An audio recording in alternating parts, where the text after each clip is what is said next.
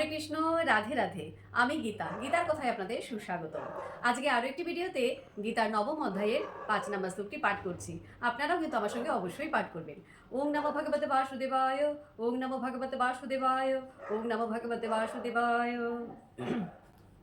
ন চ মৎস্থানে ভূতানি পশ্য মে যোগমৈশ্বরম ভূতভৃৎ ন চ ভূতস্থ মম আত্মা ভূত ভাবনা।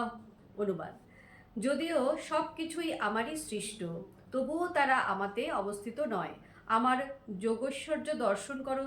যদিও আমি সমস্ত জীবের ধারক এবং যদিও আমি সর্বব্যাপ্ত, তবুও আমি এই জড়জগৎ সৃষ্টির অন্তর্গত নই, কেননা আমি নিজেই সমস্ত সৃষ্টির উৎস।